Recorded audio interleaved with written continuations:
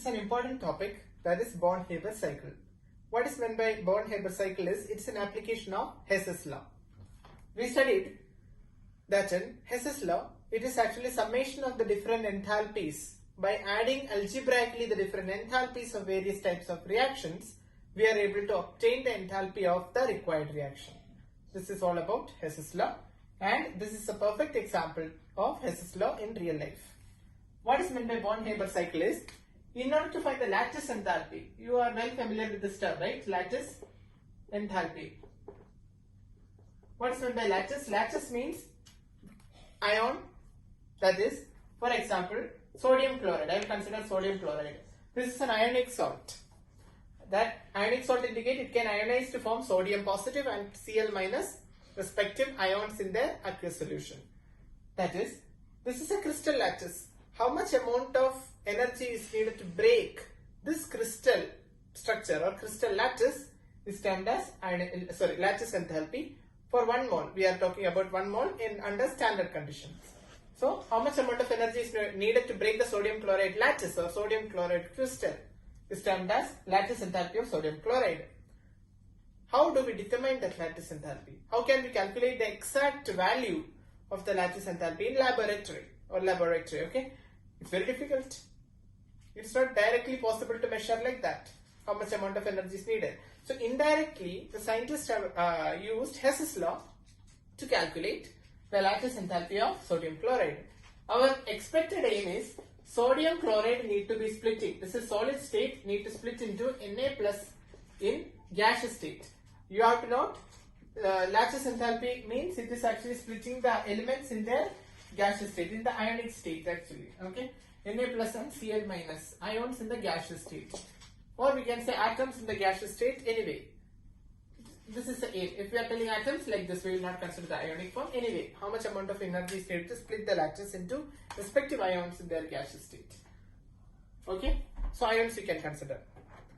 Now, indirectly using Hess's law, how we are going to calculate is sodium chloride, we can keep it as our required result. So I am marking sodium chloride solid state as our required standard result.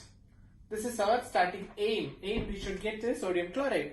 We know that sodium chloride is actually combination of sodium and chlorine gas.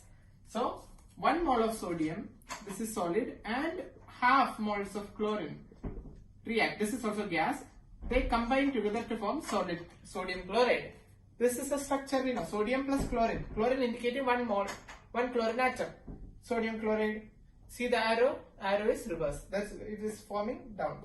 Here let's have particular amount of enthalpy, delta H1. I will indicate delta H1 here. This is delta H1. This indicates the amount of enthalpy necessary for this particular process. This is enthalpy of formation of sodium chloride. So I will mark it as delta H of formation of sodium chloride. F. Delta H of F. Under standard conditions, so the symbol also. Okay. Now after this, what I am going to do is, I am going to consider only this particular cation, that is sodium metal part we are going to consider throughout on the left side. I am rubbing it, okay, on the top. Okay. Sodium metal let's consider throughout. For the sodium metal, we need to apply some amount of energy to convert the sodium solid to sodium gas. So what is that amount of energy? Enthalpy of changing directly from solid to gas. What is that? Sublimation. So sublimation we are going to apply. So I am going to sublimate, or we are going to use enthalpy of sublimation, delta sub H standard.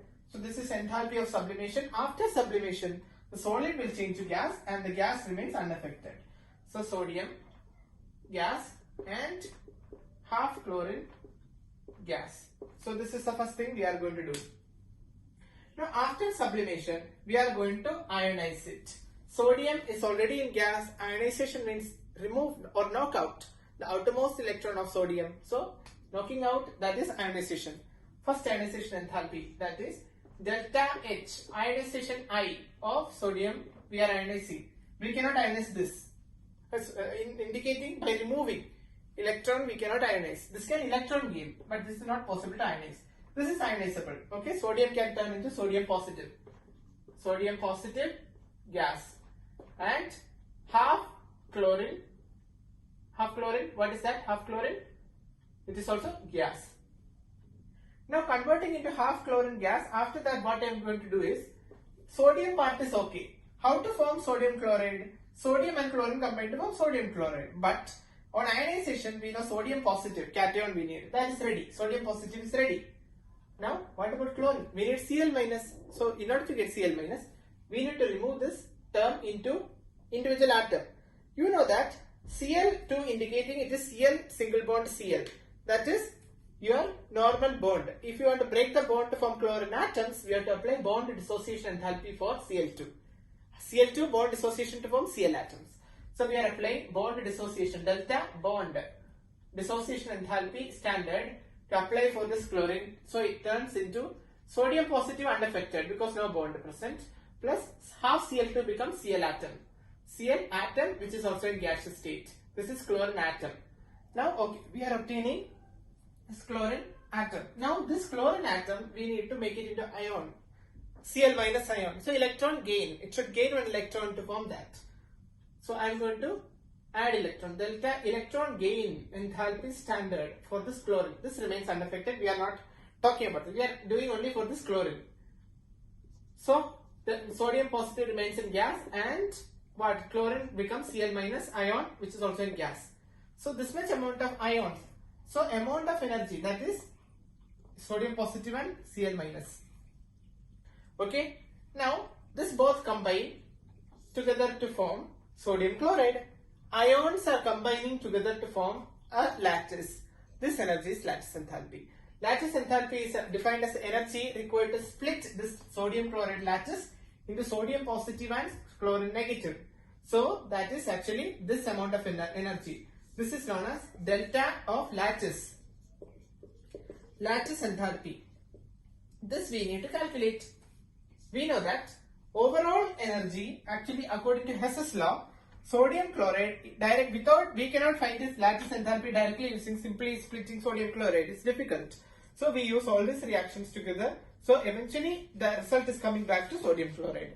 That is, by calculating this we can find out the lattice enthalpy. How to calculate this? All the top, all the down regions equal to all the top regions. That is this process.